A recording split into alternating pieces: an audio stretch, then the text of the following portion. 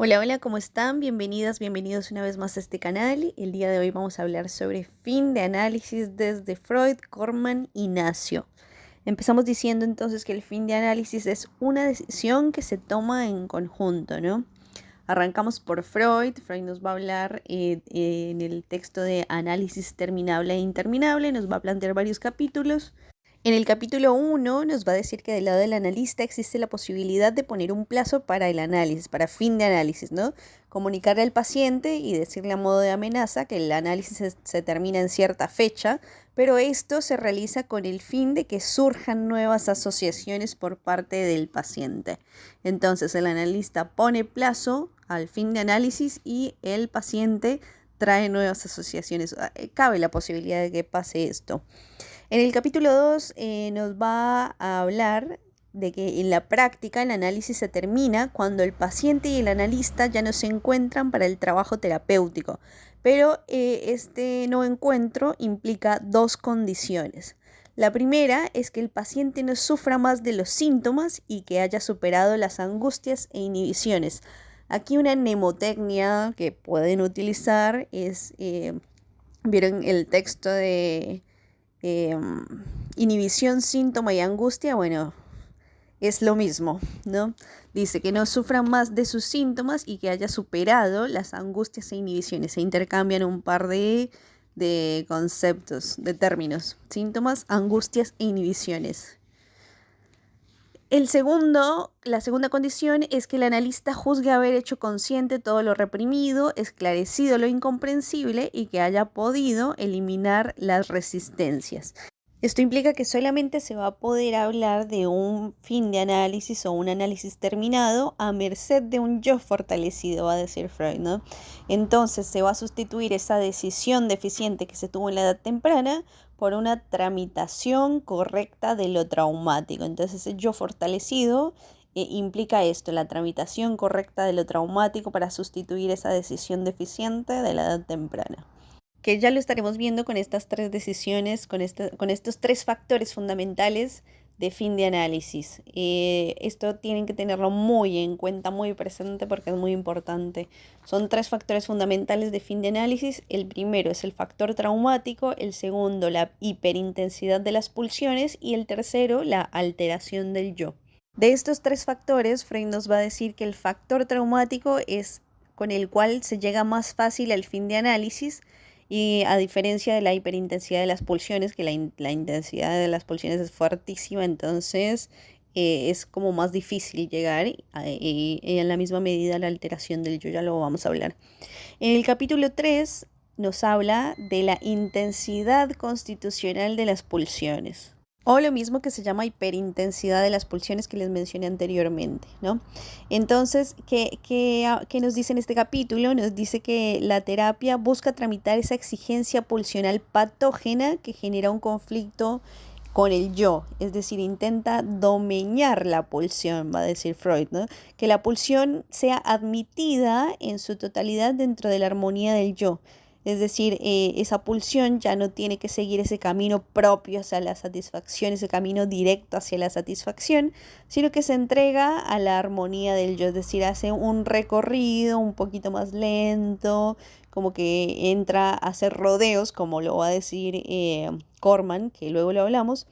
Hace rodeos, no va directamente a la satisfacción. Por ejemplo, podríamos pensar esto de la hiperintensidad de las pulsiones con la bulimia, como estas personas que tienen ese impulso de comer grandes cantidades de comida, ¿no? De comer y comer y comer, van a la heladera, abren, comen. Estoy dando un ejemplo medio burdo, pero es la intensidad, ¿no? Con lo que siente la persona, no puede parar.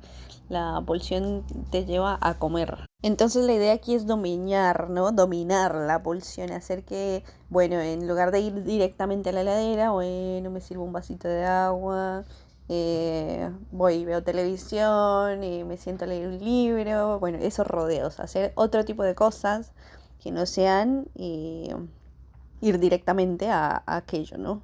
Digamos, en este caso a la comida.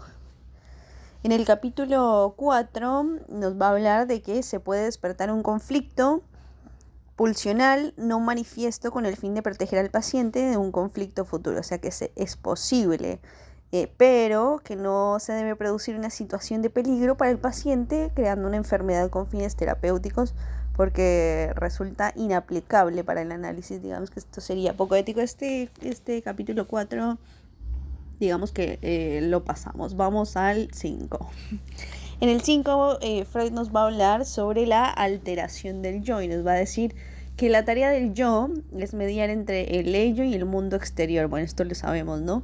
Y la alteración del yo está vinculada con los mecanismos de defensa. Y estos mecanismos lo que hacen es que ganan más terreno en el yo y el yo queda como sin espacio, entonces por eso se habla de la alteración del yo, porque está dominado por los mecanismos de defensa.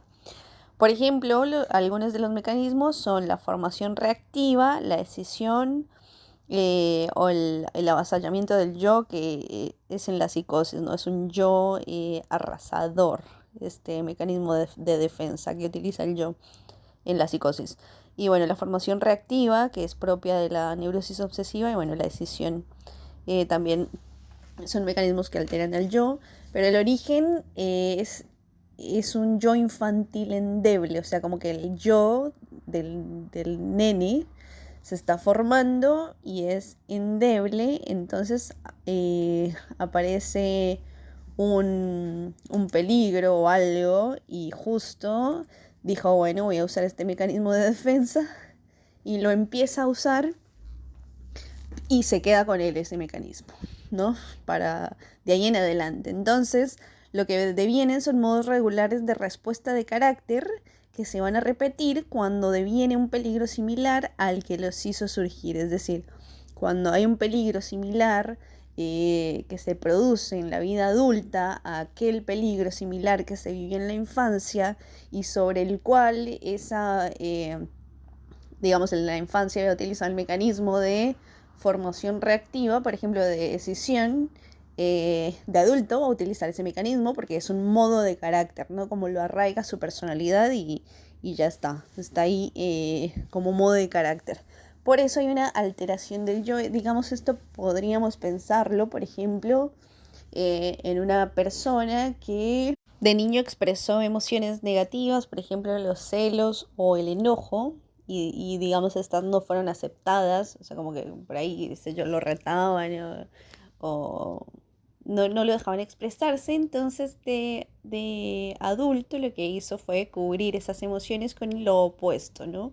Esto sería una formación reactiva, como cubrir esas emociones y mostrarse de otra forma un poco más optimista, un poco más, o sea, le pasan esas cosas y reacciona de forma contraria. Es decir, siempre amable y no muestra su verdadero sentir, sus verdaderos sentimientos.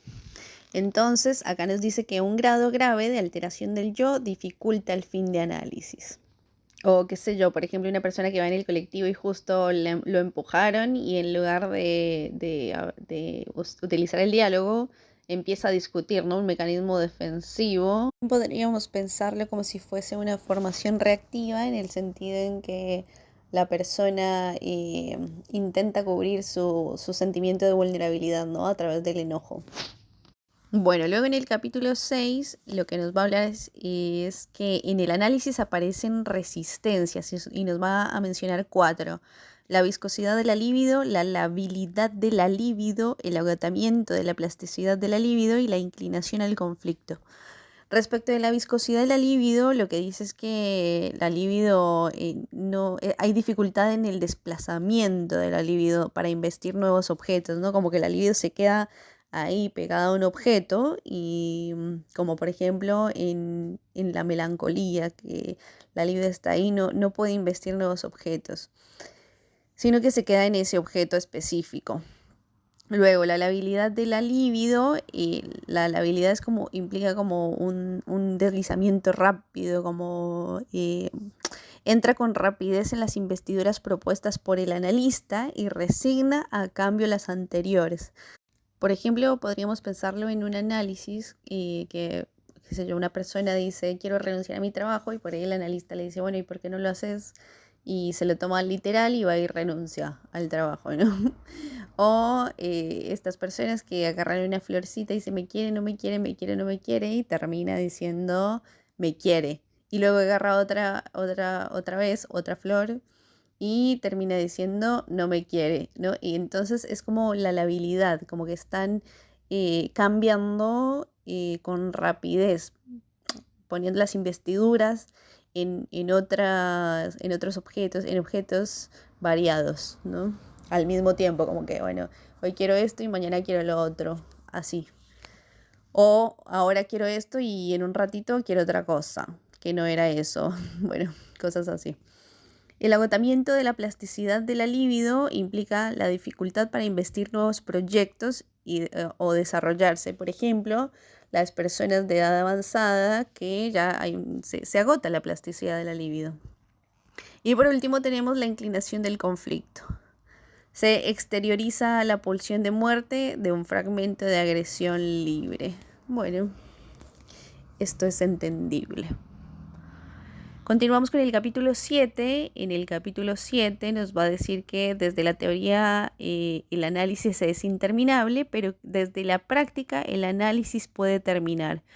Freud lo que hace acá es retomar a Ferenczi, quien va a poner el foco en el analista, y Ferenczi nos dice que el análisis puede ser llevado a un cierre natural si el analista tiene la pericia y la paciencia debida.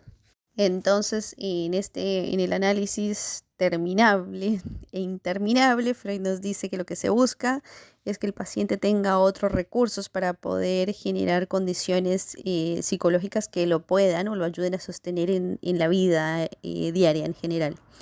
Y en el capítulo 8 lo que nos va a plantear es la roca base. La roca base es un límite al análisis, va a ser lo interminable del análisis. Es lo que la roca base va a ser la castración directamente. Por un lado, tenemos, hay dos temas diferentes que se refieren a la diferencia entre los sexos. Por un lado, en las mujeres está la envidia del pene y en los hombres está lo que Adolf Adler llamó como protesta masculina, que es la revuelta contra contra su actitud pasiva frente a otro hombre. Y esto implica que tanto en uno como en otro, es decir, en la mujer o en el hombre, implica un no querer saber sobre la falta. Entonces nos dice que para ambos sexos cae en represión lo propio del sexo contrario. Y termina diciéndonos que el fin de análisis depende del atravesamiento de la castración porque es lo que se reprime, ¿no? La castración es la que se reprime. Y entonces, ¿cómo se atraviesa esa castración, esa roca base que está ahí dura, ¿no? La roca base implica poder llegar o no al fin de análisis, ¿no? Y que el atravesamiento, es decir, atravesar esa castración, lo que quiere decir es que la persona entienda que todo no se puede, ¿no? Bueno, esto hasta aquí tenemos a Freud. Ahora continuamos con Corman. Corman nos va a hablar en consideraciones de fin de análisis sobre la neurosis de temple analítico, pero nos plantea tres posiciones, digamos. O tres momentos en un análisis. El previo al análisis, que es la neurosis preanalítica, es la neurosis con la que el paciente llega al consultorio, digamos, al analista. El comienzo de análisis, que es ya cuando está instaurada la neurosis de transferencia, cuando se empieza a instaurar. Y el fin de análisis es con la neurosis con la que la persona sale del tratamiento, que Corman la va a llamar neurosis de temple analítico. Esta neurosis de temple analítico lo que nos va a decir es que los cambios se dan dentro de la estructura, es decir, si es un histérico, si es un obsesivo, bueno, los cambios se dan dentro de la estructura. Un obsesivo no deja de ser un obsesivo. Entonces, lo que nos dice acá es que hay un rebrotamiento del eros, se activa la dimensión deseante. En ese fin de análisis, en esas neurosis de temple analítico, tenemos esa dimensión deseante. La persona empieza a hacer uso de su deseo, ¿no? Podríamos decir. Hay una caída del yo ideal, es decir, sale de la lógica del todo o nada, del vos tenés todo, yo no tengo nada, o yo tengo todo, vos no tenés nada, ¿no? Ya habíamos visto con Freud que la castración era todo no se puede, ¿no? Acá salimos de la lógica del todo o nada. Y hay un robustecimiento del yo, es decir, que ese yo, como mencioné antes, en esto de el rodeo que hacía el yo, ¿no? Que un yo esté fortalecido, que no tenga que ir directamente, que no genere una satisfacción pulsional inmediata, ¿no? Sino que haga más rodeos para llegar a la meta. Entonces, Corman lo que nos plantea son una serie de áreas en las que se producen cambios para llegar a la neurosis de temple analítico. Son 12. Tenemos primero a los síntomas que pueden desaparecer o pueden mutar. Luego tenemos el fantasma, es decir, hay un cambio de posición subjetiva, digamos que ya no se posiciona desde la queja, sino que como asume su responsabilidad, ¿no? Hay un cambio de posición subjetiva. Las identificaciones, que lo que importa es que emerja la voz propia del sujeto y no esté, sumido a un mandato superyoico, por ejemplo. Luego tenemos el ideal del yo, que es retirar la energía puesta en el analista y dirigida hacia otros objetos y planes a futuro. Sacar la libido de este objeto, del analista, y dirigirla a sus proyectos. Luego tenemos el narcisismo, que es el pasaje de ideales por el registro de la castración. Implica reconocer al otro como castrado, aceptando la castración y dando lugar al proceso de duelo. Esto era lo que mencioné. Bueno, esto lo vamos a ver más adelante con Nacio, digamos, desde otra perspectiva. La sublimación es cuando el sujeto tiene más facilidad para sublimar, ¿no? No se entrega a la pulsión, sino que genera una sublimación en el arte, en la ciencia, en el trabajo, sublima esa pulsión, la canaliza por otro lado, digamos. El superyo en este caso se vuelve menos severo, es más permisivo. Luego tenemos la relación con el tiempo, en donde el sujeto se deja llevar más por el tiempo y deja de querer dominarlo todo en una carrera sin respiro. Luego tenemos también en relación con la asociación libre, nos va a decir que hay una facilidad de que aparezca material inconsciente y que el sujeto puede reconocerla y tramitarla sin recurrir a la represión y, digamos, sin recurrir al analista, pero lo que Corman nos dice es que si no recurre al analista no sería un análisis, ¿no? Si el analista no está, no sería un análisis, pero el sujeto queda con esto, ¿no? En la neurosis de temple analítico queda con esta facilidad para reconocer ese material inconsciente que le aparece y, digamos, poder tramitarlo de una forma, digamos, autogestionada, podríamos decirlo, ¿no? Como de una forma propia. Luego tenemos la capacidad para la acción y talento para vivir, que es gracias a que sabe más sobre su propio deseo, ¿no? Sabe más su propio deseo, entonces se acciona o, digamos, tiene un talento para vivir. Volatilización de las esperanzas megalománicas, esta es la última, que es aceptar que las miserias nunca van a desaparecer y que son más soportables gracias a la creatividad.